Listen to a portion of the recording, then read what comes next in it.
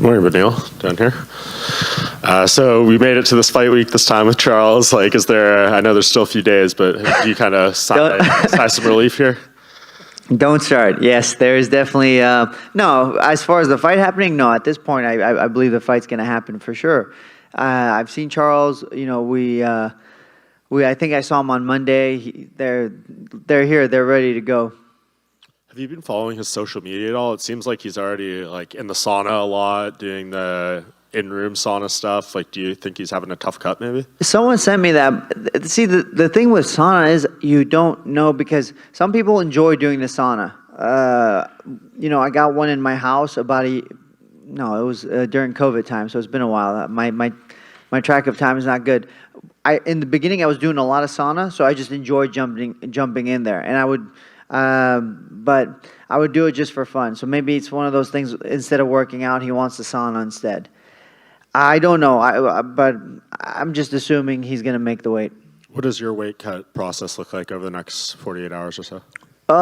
Water load for today, and hoping to wake up about, you know, somewhere around like 10 to 12 pounds over, and then just get the rest done tomorrow. And you've done a lot of media leading up to this fight, and it seems like you've been very confident in your ability to go with Charles on the ground.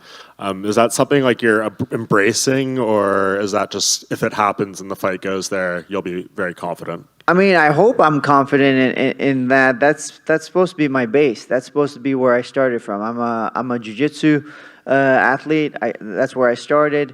My coaches are some of the best in the world, and so if I don't have the confidence to go on the ground with him, you know, then I shouldn't have confidence in anything I do. Where do you think he's at right now? Because he obviously lost the belt last time out, and he says like he won't even watch that fight, and just like that's not even him. Do you think that's a mistake? Maybe not, you know, recognizing his flaws and how to build off that performance? I don't know. Everybody's different when it comes to stuff like that. I'm assuming the best Charles, the most aggressive, even defensively better than before. The way I look at it is, I want to prepare for the guy at his best, and how would he be his best? And I kind of analyze what would I add to Charles's game to make him even more dangerous. So I'll add those things to his game, and I'll prepare for that kind of person. And to you, it seems pretty clear the stakes, right? You win here, you're fighting Islam in October in Abu Dhabi. That's how you feel? That is correct. I spoke with Hunter when we rebooked this fight, and that's what they said. I would be #1 contender. And when you just look ahead, obviously don't want to look past Charles, but like, what do you think of Islam? What do you think you can do with him that other people haven't been able to accomplish so far? I just think there's nothing really he does that I can't do better. You know, I know people will disagree, but you know, they used to say wrestling, I can't wrestle with these guys. You know, last fight I showed it. Now we're talking about jiu-jitsu. Next is going to be striking. It's like, you know, I could do it all, and that's really what I want to show the world. I could do it all, and so as far as Makhachev goes, I don't see anything that he does that I can't do better. Thank you. Front right here. Obviously, leading into this fight, a lot of the narrative is, you know, two high-level grapplers fighting each other. And historically, in the UFC, when you get two wrestlers or two jiu-jitsu guys, it kind of can turn into a striking matchup, maybe. So, how would you rate your striking compared to Charles? I think this is one of the few times where I would say defensively, I'm better. Typically, that's not something I say. But I would say striking-wise, defensively, I'm better. And then offensively, I think I have just as much power. I would say he has a little bit more variation in his strikes. But that doesn't change the fact that, you know, it's who lands. It's not about what you throw.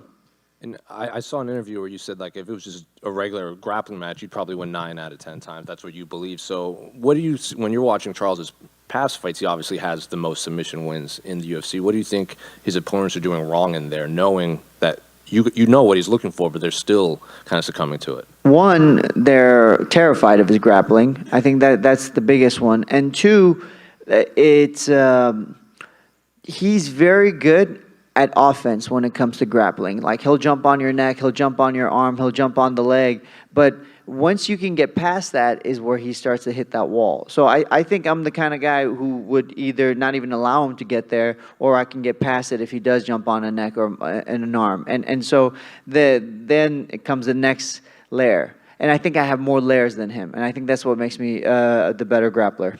And one final one for me. When you guys were booked in Newark and then it got moved here, Gilbert and Bilal, they took your spot as the co-main, and it was a 5-round fight. Was there any talks of making this a 5-round fight in a co-main event? It was never mentioned to me. I mean, you tell me 3 rounds, I fight 3 rounds. You tell me 5 rounds, I fight 5 rounds.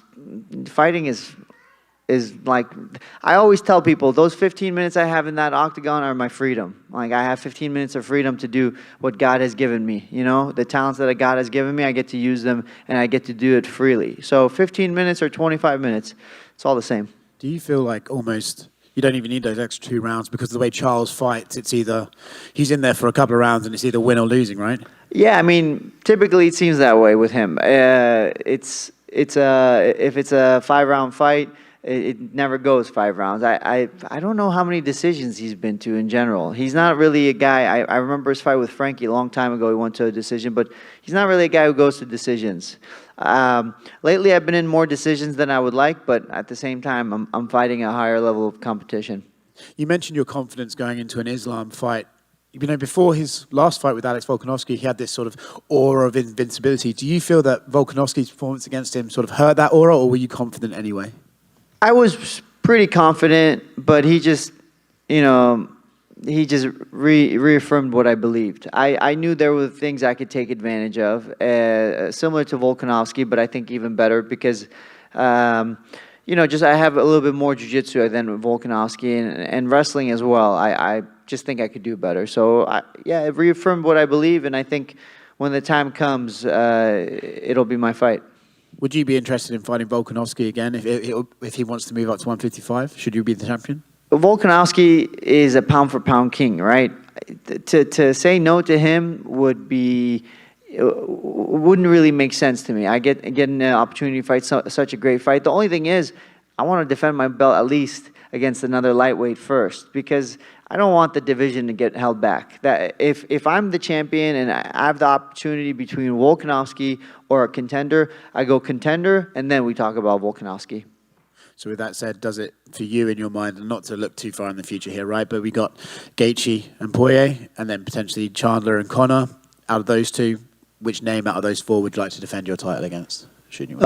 Man, like I said, Lord willing, I win this fight, and then, I don't know what tomorrow brings, and then if things go well with Makhachev and everything, I believe it's going to be Justin Gaethje. He seems a little bit hungrier, but at the same time, it's hard to say with Dustin Poirier, right? I said this before. Dustin Poirier, what makes him special is when he starts to get tired, his details improve in the small movements. So he's a very difficult guy to fight in 5 rounds. I know this fight's 5 rounds. It is an elevation, so I think that's also another advantage for Justin. I'm still leaning towards Justin, but it's a hard one. As far as who I would prefer between the BMF or Conor or Chandler, I would definitely say the BMF. I think these guys are more active. I think if Conor wins and he beats Chandler, I know the UFC will give him a title shot, but I don't know if he's really deserving of it. So I think the BMF title makes more sense. Beneil over here. I've talked to a lot of fighters about this fight, and the common consensus is, Beneil, we need to see him get that title shot. You have so much support going into this fight from your fellow fighters. What does that mean to you? It seems like across the board, everyone just really wants to see you get that opportunity. Having my peers just respect and show so much respect and say the things they say, it is awesome. Obviously, if you care about anybody's opinion, it should be your peers in your work, right? So that's great. It's the whole thing's been kind of strange, to be honest with you. I have fellow athletes telling me I should be fighting for the title. I have a lot of media telling me I should be fighting for the title. And then even the fans, I thought they were going to be, it was going to take me forever. Like, I'd have to defend my belt before they say, okay, this guy's good. But even the fans seem to think so. So it seems to be the trifecta. It's just the UFC hasn't seen it my way yet. What was your reaction when Islam did end up fighting Volkanovski, and instead of you, were you annoyed? Like how did you keep your composure? Because I'm sure a lot of people in that situation would be really upset. If it wasn't Volkanovski, if it was somebody else, I would be very upset. Because Volkanovski is a pound-for-pound king. He's defended his belt multiple times. So I understand that he has the privilege to do this if he wants.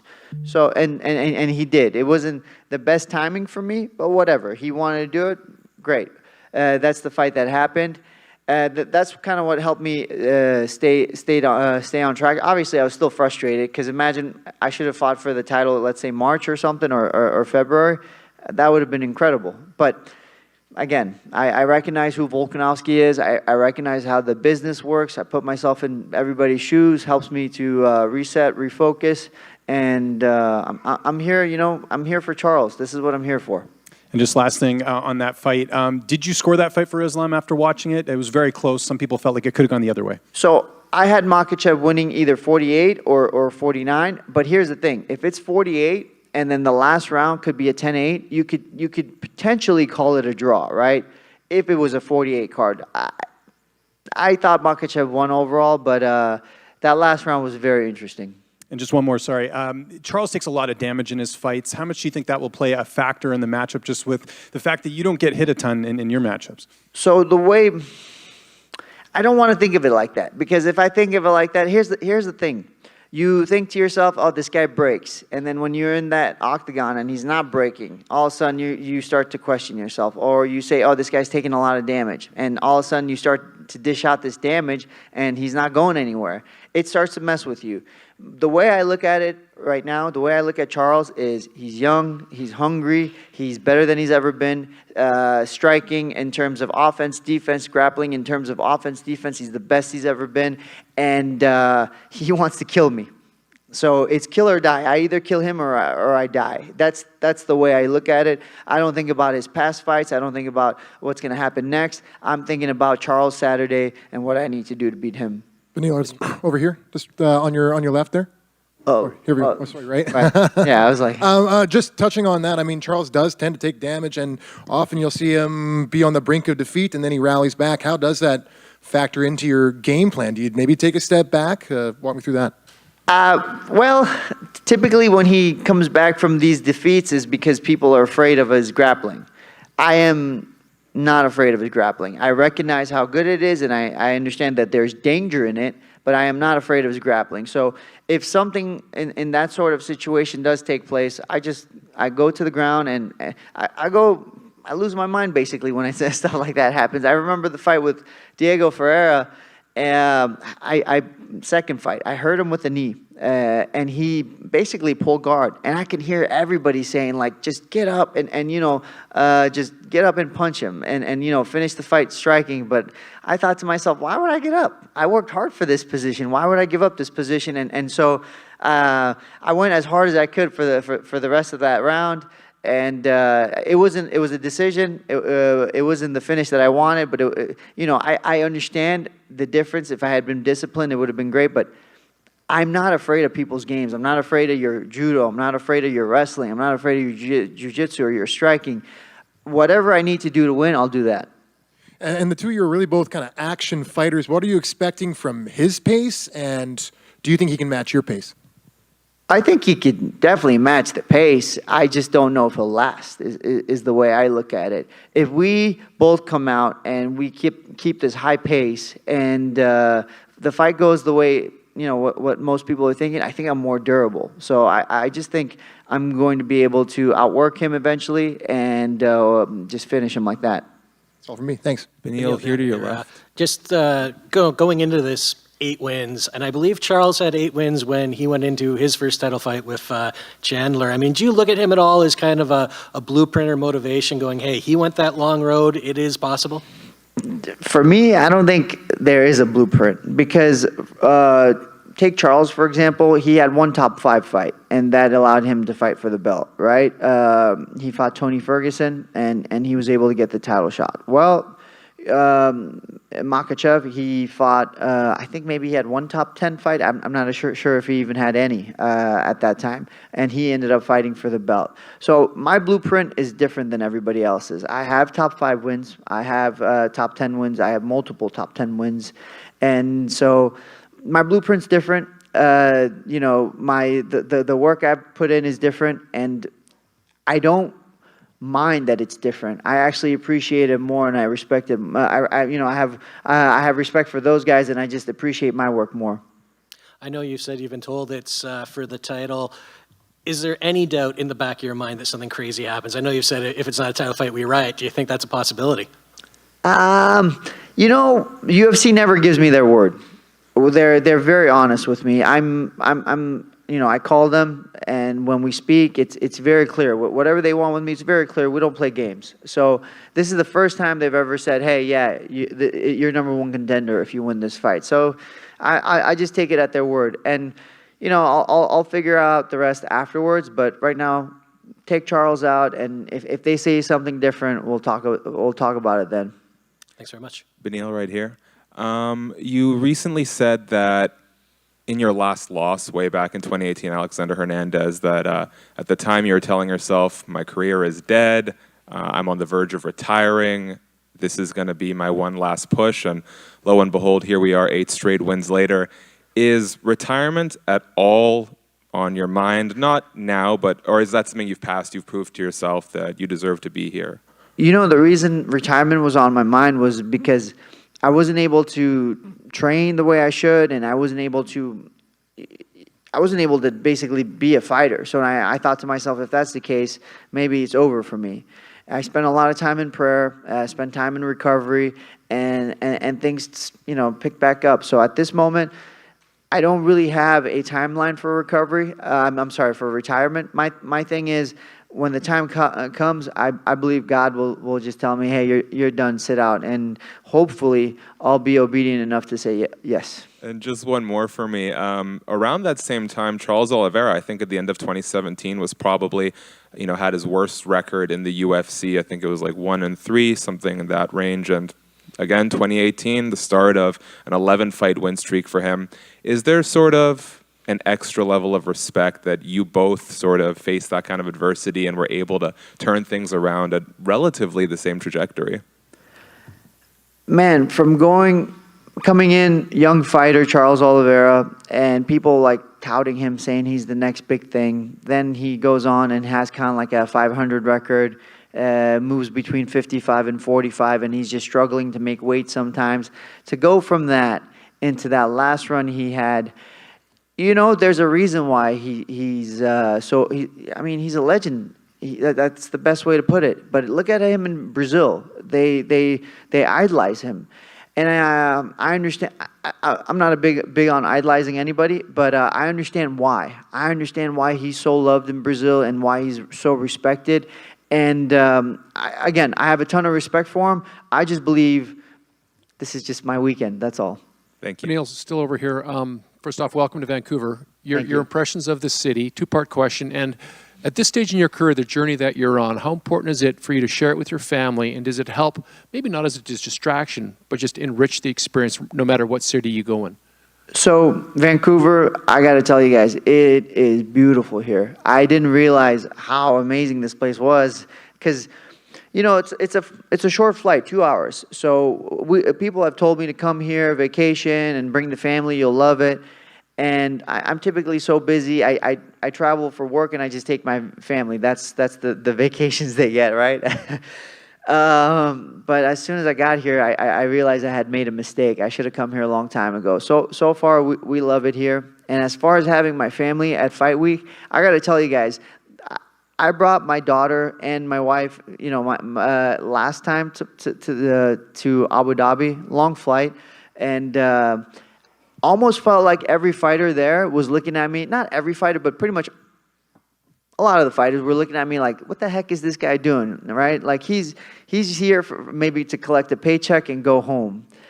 But the thing is, I don't know how to explain this to you guys. Fighting was always easy. Fighting was always the first answer. Like as a kid, I had a problem. Let's fight our way out of it. It's not hard to throw me in somewhere and say go to the death for some reason. That's just the way I'm built. But now tell me to be patient while my kid's screaming. Tell me to be patient with my wife who we can't seem to communicate at times. These things are difficult. These things I have to work harder on. And to separate myself from them for 1 week, 2 weeks, I'm adding to my difficulties. It's a lot easier to just have him here with me. And when the time for the fight comes, I'm going to kill or die either way. So it's not an issue. Lastly, as a guy who's eventually going to be fighting for a championship, your fight is just before Amanda Nunes. The level of respect that the male fighters have for what she has accomplished in her career as being one of the greatest of all time, male or female. Yeah, we're talking about Amanda? Yeah, oh my gosh. So a lot of people have been, telling me you're the main event, you and Charles are the real main event, blah, blah, blah, blah, blah. And I have to make sure I pause and let them know, listen, Amanda Nunes, arguably the greatest female fighter of all time. I don't think, I don't agree with what they say, basically. I tell them I think she's there for a reason, and I agree with that decision. And it's a privilege for me to be on the same card as her and to be the co-main event of that card. Right here. What does it do for your confidence to have Rafael Cordeiro in your corner, fighter who's a builder and pioneer of the Chuta box, which is the very gym your opponent's now fighting out of? I don't really think of it like that. I just think of, man, I have Rafael Cordeiro as my coach, as a father figure. So that's really how I look at it. We've spent years together, and he's taught me so much. Those are the things I care about.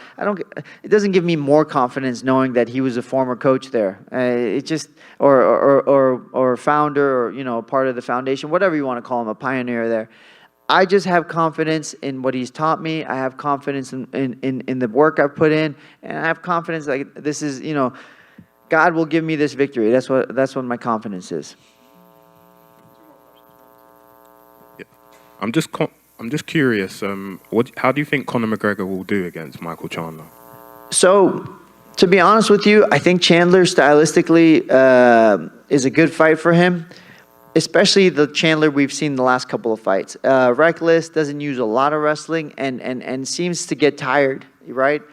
I would say stylistically in the top 5, that's the best fight for him. The issue now becomes, Chandler's been in the heat. He's been in the fights. He's been having these fights, and he's have tough fights, against good guys. So it's not like he's just coming off the couch.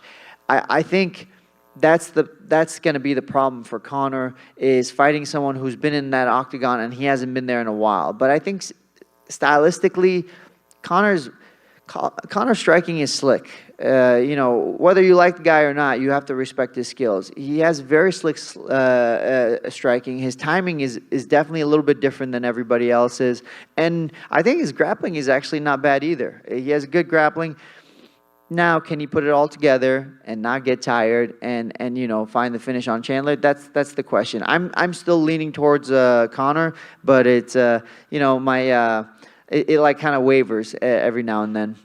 Okay, and just last one, a prediction on the main event. Okay. Let's see. The problem is Aldana's so tough. I don't see her getting finished. So, but I do think Amanda's going to win.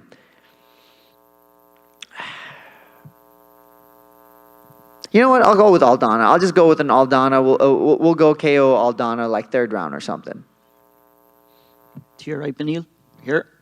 Hey, when you're studying Charles, obviously he's very erratic and his style is kind of hard to mirror. When you're looking at him, is there one area you can pinpoint where you know that you're better than him?